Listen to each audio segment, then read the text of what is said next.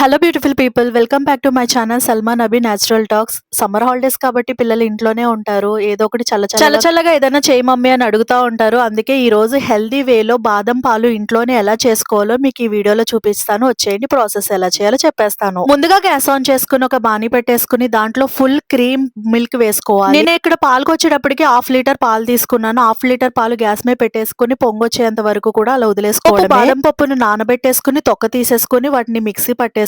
ఇక్కడ 1/2 లీటర్ పాలకి నేను 20 బాదం పప్పులు తీసుకున్నాను. 20 బాదం పప్పులు మిక్సీ జార్ లో వేసుకుని 1/2 కప్ పాలు యాడ్ చేసుకుని బాగా మెత్తగా మిక్సీ పట్టేసుకుని పక్కన పెట్టేసుకోవాలి. ఇక్కడ గ్యాస్ మీద పాలు పొంగొచ్చేసాయి. ఇప్పుడు నేను దీంట్లో 1 కప్ షుగర్ వేసుకుంటున్నాను. 1/2 లీటర్ పాలకి 1 కప్ షుగర్ సరిపోతుంది. షుగర్ వేసుకున్న తర్వాత షుగర్ కరిగిపోయిన తర్వాత ముందుగా మిక్సీ పట్టి పేస్ట్ రెడీ చేసుకున్నాం కదా, బాదం పేస్ట్, ఆ పేస్ట్ కూడా యాడ్ చేసుకోవాలి. గ్యాస్ సిమ్ లో పెట్టుకుని బాదం పేస్ట్ వేసాక తిప్పుతూ ఉండాలి, లేదా అడుగంటేసి మాడిపోతుంది. అడుగట్టకుండా గరిటతో తిప్పుతా ఉండాలి. నెక్స్ట్ దీంట్లో కలర్ కోసం కుంకుమ పువ్వు యాడ్ చేసుకోండి, కానీ నాకు కుంకుమ పువ్వు ఇష్టం లేదు. దానికోసం నేను కొంచెం పాలల్లో పసుపు కలుపుకొని వేసుకుంటున్నాను. కలర్ మంచిగా వస్తుంది. కలర్స్ ఏం వద్దు అని అనుకుంటే స్కిప్ చేసేయండి. కుంకుమ పువ్వు ఉంది అంటే గనక మీరు వేసుకోండి, ఏదైనా పర్లేదు, బాగుంటుంది.